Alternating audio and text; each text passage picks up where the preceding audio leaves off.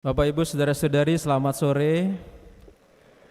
Ada sebuah surveinya sangat menarik, yaitu dilakukan oleh Pew Research Central. Ini adalah lembaga survei dari Amerika, meneliti tentang negara-negara di Asia Tenggara dan juga Asia. Yaitu surveinya yang menarik salah satunya adalah yaitu tingkat berdoa. Dan menariknya Indonesia itu tingkat berdoanya paling tinggi. Indonesia dinilai 90%, 95% bahkan orang Indonesia berdoa tiap hari. Saya yakin dalam survei itu Bapak Ibu juga masuk di situ ya. Yang ada di sini. Iya apa enggak kira-kira ya? Iya aja lah ya. Kira-kira 95% itu berarti luar biasa itu ya, berdoa setiap hari. Dan negara yang paling rendah ini dari survei ini itu adalah Kamboja 23%.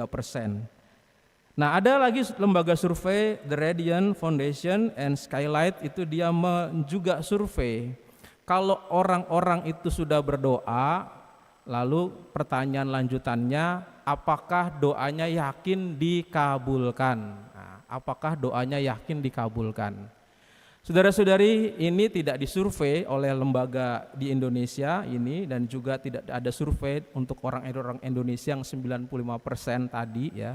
Tapi kalau sebelum saya buka survei yang ini, Bapak Ibu kalau tadi 95%, Bapak Ibu di sini apakah yakin doanya dikabulkan? Yang merasa yakin angkat tangan. Kayaknya ragu-ragu ya. Mau angkat tangan malu-malu ya, kalau nggak angkat tangan takut dosa ya. Nih kalau orang yang disurvei di tempat lain, di negara lain, di Amerika, mereka survei pada waktu Hari Doa Nasional. Biasanya tiap tahun itu mereka peringati Hari Doa Nasional di Amerika itu setiap Kamis pertama bulan Mei. Mereka disurvei dari 1.700 orang Amerika yang disurvei pada Hari Doa Nasional, 87% responden menyatakan doanya dikabulkan. Di Amerika aja begitu, apalagi Indonesia yang 95% berdoa tiap hari. Saya pasti yakin saudara-saudari punya juga keyakinan yang sama, bahkan lebih dari 87% doanya dikabulkan. Nah, banyak dari kita adalah orang-orang yang beragama di Indonesia, apalagi di gereja kita ini pasti semua orang sering berdoa. Dan pertanyaannya macam-macam, doa apakah dikabulkan juga ya. Dan tentu saja dalam doa-doa yang dipanjatkan, orang berharap di balik doa itu ada permohonan-permohonan yang dikabulkan. Ada banyak macam-macam orang berdoa dan tipe-tipenya. Banyak kan juga orang-orang berdoa, ini bukan survei tapi kebiasaannya, katanya begini, kalau orang sudah lama nggak dapat jodoh lalu kemudian berdoa, katanya doanya begini, ya Tuhan, jika memang dia jodohku, letakkanlah dia di sisiku. Tapi jika dia bukan jodohku, letakkanlah di sisimu, katanya. Itu kebangetan ya, doa ancaman.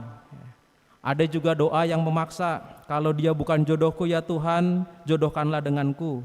Kalau dia memang jodohku, jodohkanlah dengan aku. Kalau dia jodohnya orang lain, berikanlah orang lain itu jodoh yang lain, dan berikanlah dia jodohnya denganku. Berarti kalau ini doanya memaksa ya. Nah Bapak Ibu, di balik keresahan doa, itulah yang pada hari ini mau disampaikan dalam Injil Lukas. Ketika Yesus sedang berdoa, lalu kemudian tiba-tiba muridnya, tolong dong Tuhan ajari kami berdoa, seperti Yohanes juga dia ngajarin berdoa murid-muridnya. Karena di balik itu mereka pengen tahu doa mana sih yang paling manjur, pasti Tuhan Yesus doanya paling manjur. Dan ini adalah suatu keresahan juga bagi kita orang beriman, ketika berdoa, orang tuh punya harapan doanya dikabulkan, tapi ada yang sudah lama berdoa, doanya tidak dikabulkan. Ada yang sudah kesana kemari, doanya tidak dikabulkan. Nah seperti apa kita harus berdoa? Nah Yesus memberikan suatu hal yang sangat menarik saudara-saudari, yaitu adalah dari apa yang kita dengarkan ada 3 babak sebenarnya. Babak pertama dia mengajari tentang doa Bapa kami. Doa Bapa kami tidak hanya ditulis dalam Injil Lukas, tapi juga Injil-Injil yang lain, terutama juga Matius. Tetapi kali ini doa Bapa kami ini disertai dengan 2 babak yang lainnya. Karena doa Bapa kami ini adalah doa yang mau diberikan kepada para murid dengan berbagai macam petisi atau permohonan-permohonan. Ada 5 paling tidak yang kita lihat dalam Injil tadi. Yang pertama adalah, Bapa, dikuduskanlah namamu, datanglah kerajaanmu. Itu juga adalah permohonan. Berilah kami rejeki, ampunilah kesalahan kami, dan janganlah masukkan kami ke dalam pencobaan. 5 ya. Dari kelima itu, saudara-saudari, Tuhan mau menunjukkan kepada kita, atau dalam Injil Lukas ini ditunjukkan bahwa orang kalau mintalah apa yang ingin dia mohonkan. Kalau cuma minta pekerjaan, minta jodoh, minta uang, itu baru permintaan yang kecil. Di sini adalah permintaan dari dunia dan akhirat. Bayangkan, dari rejeki, ampunilah kesalahan, jangan masukkan kami ke dalam pencobaan, datanglah kerajaanmu. Ini adalah permohonan yang sangat besar sekali untuk dunia dan akhirat. Dan tentu saja permohonan seperti itu pun jangan takut. Yesus mau mengatakan, Bapamu adalah Bapa yang maha baik. Maka diberikan perumpamaan, kalau ada seorang sahabat tidak tahu malu, kemudian ngetuk pintu malam-malam minta roti, masa dia nggak ngasih? Kalau seorang anak bapaknya penjahat, masa minta roti dikasih kalajengking? Itu menunjukkan bahwa Bapamu saja adalah Allah yang baik, minta apa saja. Jadi babak pertama boleh ditunjukkan, mintalah apa saja, mintalah, mohonkanlah. Kalau mau permohonan-permohonan yang kecil sampai permohonan-permohonan yang besar, bahkan dicontohkan sampai apa yang ada di bumi dan juga apa yang di surga dimohonkan. Dan yang kedua, babak kedua, jangan takut. Allah itu adalah Bapamu yang baik, yang pasti mau mengabulkan permohonan-permohonan itu. Nah, yang ketiga, babak ketiga ini adalah bagaimana orang dalam prosesnya. Maka ada 3 istilah MCK, bukan mandi cuci kakus Bapak Ibu ya. Minta, cari, ketuk ya. Minta ya tentu dalam apa yang disampaikan di sini, memohon, meminta apa yang ingin kita mohonkan. Orang-orang beriman pasti juga selalu ingin memohon kepada Tuhan, memiliki harapan yang besar kepada Tuhan. Mohonkanlah, jangan takut.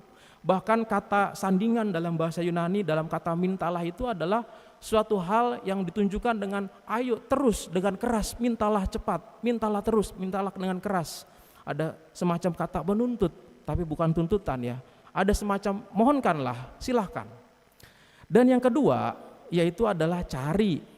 Cari tentu saja apa yang di sini orang dikatakan dengan mencari pasti akan mendapatkan, mencari dalam sebuah usaha. Usaha yang terus dilakukan terus-terusan. Usaha yang tidak pernah kenal putus asa. Usaha yang tidak gampang menyerah.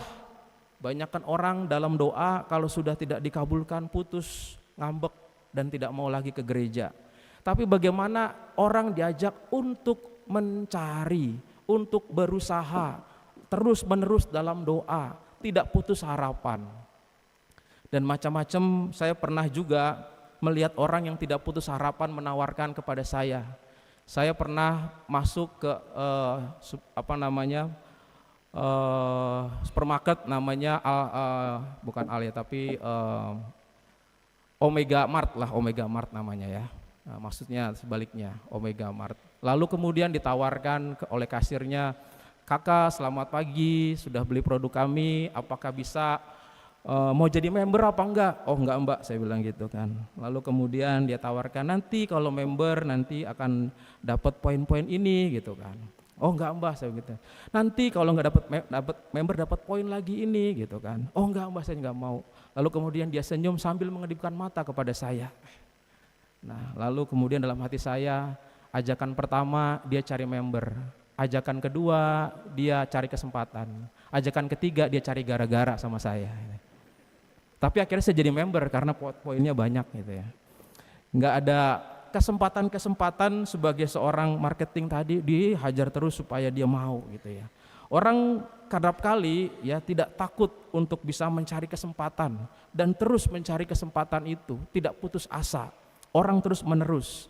Dan disitulah yang disebut dengan berusaha. Orang diajak untuk berusaha, berdoa dan tidak putus asa. Tetapi saudara-saudari, ada yang bagian terakhir, yaitu adalah ketuk. Ketuk tentu sebagaimana kita tahu dalam tradisi orang mengetuk, dia tidak akan membuka pintu. Tunggu orang yang di dalam bukakan pintu. Itu menunjukkan kepada kita ketika kita sudah meminta, kita sudah berusaha, tinggal kita menunggu yang membukakan pintu. Kita menunggu orang yang membukakan pintu. Kita menunggu Tuhan membukakan pintu dengan sabar. Nah, maka di balik dari doa, orang berusaha mencari, berdoa, memohon, mencari, berusaha terus, berderus, tetapi ada ketiga, yaitu adalah menunggu dibukakan dengan sabar. Akhirnya apa yang menjadi permenungan kita dalam doa-doa kita, dalam setiap harapan dan permohonan kita, dalam setiap orang yang menunggu supaya dikabulkan permohonannya. Saya punya sebuah kisah, ada seorang penari balet yang berusaha untuk festival, kemudian dia gagal terus. Dia gagal, sampai akhirnya dia frustasi dan putus asa. Dan kemudian dia merasa dia tidak berbakat. Lalu dia mencoba, dan kemudian dia melihat ada satu tiket yang dijual, tiket sirkus. Ketika dia memutuskan untuk menonton, dia menonton sirkusnya untuk memberikan hiburan. Tetapi ada hal menarik di situ, ada gajah duduk di atas tali. Lalu kemudian dia heran sekali, kok bisa ya badannya besar tapi duduk di atas tali. Dia kagum, dia sangat kagum dengan pertunjukan itu. Sampai akhirnya pada saat selesai sirkus itu, dia kemudian tertarik untuk mewawancarai gajah itu. Tentu gajah tidak bisa diwawancarai, tetapi dia mencari pelatihnya dan dia mewawancarai pelatihnya. Kenapa gajah itu kok bisa duduk di situ? Apa rahasianya? Lalu si pelatih itu bilang, ini tidak semudah yang kau bayangkan. Saya melatihnya sejak kecil. Yang pertama, saya menunggu dengan sabar melatih gajah ini sampai besar, bisa duduk di situ dari dia kecil. Dan yang kedua, gajah itu percaya kepada saya. 2 poin yang dia dapat dari latihannya yang gagal tadi. Yang pertama adalah sabaran, yang kedua adalah kepercayaan. Maka ketika kita berdoa, 2 poin itu juga dari MCK kita minta, kita cari, kita ketuk, mari kita dengan sabar menunggu dan percaya Tuhan akan membukakan pintu. Semoga Tuhan memberkati kita. Amin.